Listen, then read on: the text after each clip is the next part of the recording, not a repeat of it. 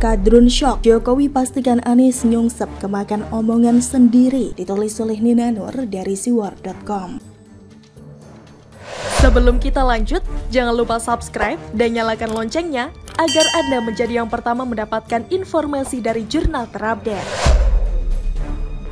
Apa sih perbedaan karakter yang paling nyata antara seorang Jokowi dan seorang Anies? Jawaban saya adalah kesombongan atau arogansi. Jadi Presiden Jokowi itu tidak pernah memperlihatkan kesombongan atau arogansi.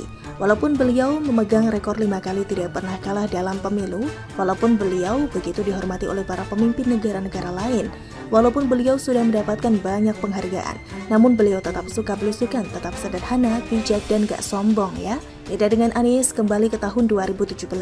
Sesudah hasil quick count dan real count KPU keluar yang isinya pasangan Anies Sandi menang, Anies sempat menemui Gubernur Ahok di Balai Kota. Anies ke Balai Kota memakai helikopter, benar-benar show off ya, pamer kemenangan.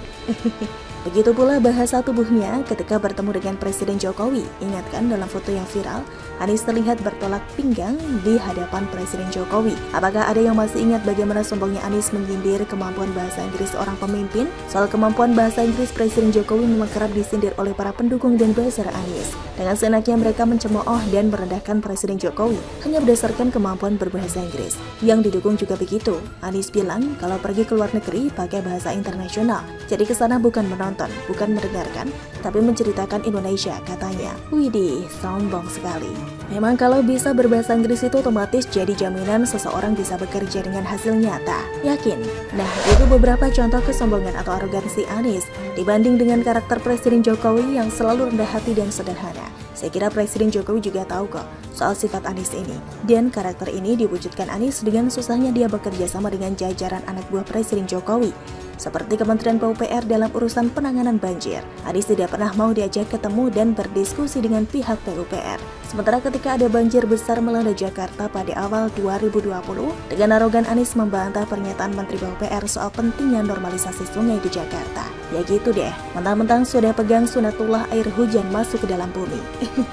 Arogansi ini terus dipertahankan Anies sesudah masa jabatannya habis. Ini sih otomatis jadi keharusan buat Anies untuk mendongkrak citra dirinya agar dianggap selevel dengan seorang presiden. Kan memang tujuannya adalah nyapres di 2024. Anies pun dengan sombongnya meminta agar masyarakat menilai dirinya dari rekam jejaknya sebagai Gubernur DKI Jakarta. Sampai beberapa kali soal rekam jejak ini diserukan oleh Anies, seperti ketika ia menyatakan siap maju nyapres, di mana pernyataan ini disampaikan Anies ketika dia masih menjabat sebagai Gubernur DKI Jakarta pada bulan September tahun lalu, dan disampaikan ke wartawan asing ketika Anies berada di Singapura. Kan memperlihatkan arogansi lagi. Hampir serupa ketika dia naik helikopter menemui Gubernur Ahok di Balai Kota, supaya terlihat wah gitu ya, level internasional gitu. Sudah sama pinternya dengan Presiden RI Pak Jokowi gitu.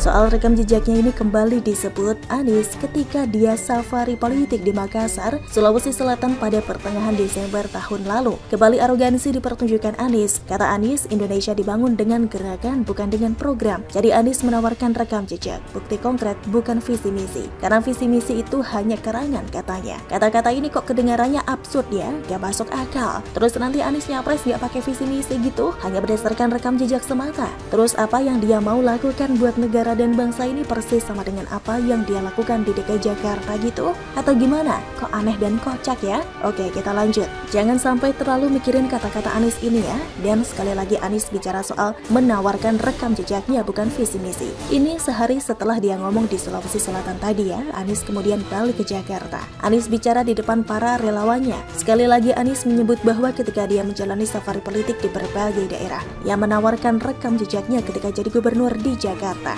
Bukan menawarkan visi misi karena visi misi itu hayalan katanya. Jadi fix ya, Anies semata-mata bertumpu pada rekam jejaknya di DKI Jakarta. Dengan segala blundernya itu, dari bongkar pasang trotoar, anggaran miliaran buat lem Aibon, berbagai kelebihan bayar, meningkatnya angka kemiskinan di Jakarta, masih adanya warga Jakarta yang BAB di kali, proyek pengolahan sampah yang mangkrak dan banyak sekali. Kalau mau lengkap silahkan lihat di videonya Mas Alif yang memaparkan 123 kelicikan, kebohongan dan kebodohan Anies Baswedan. Kalau masih kurang boleh ditambah katanya.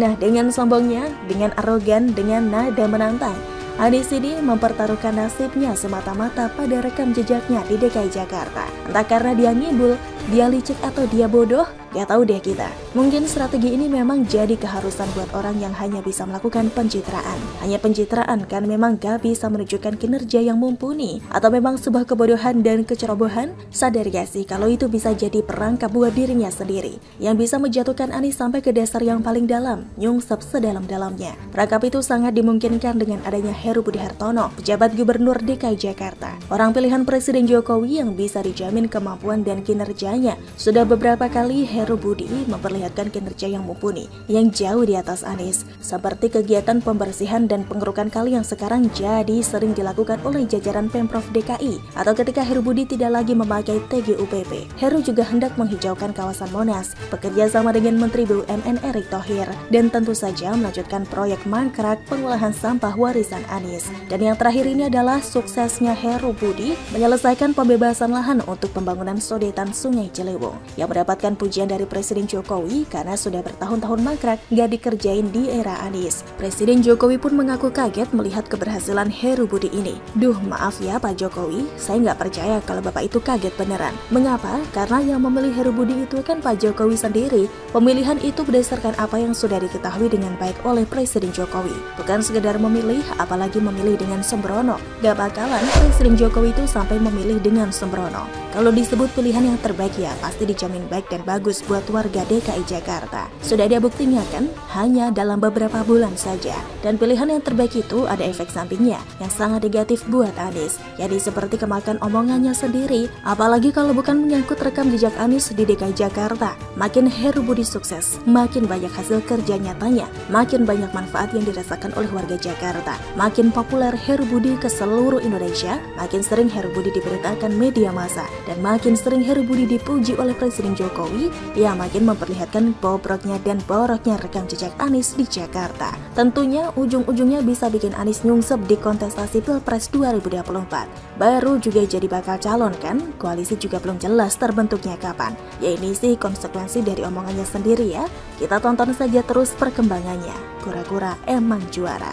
Bagaimana menurut Anda?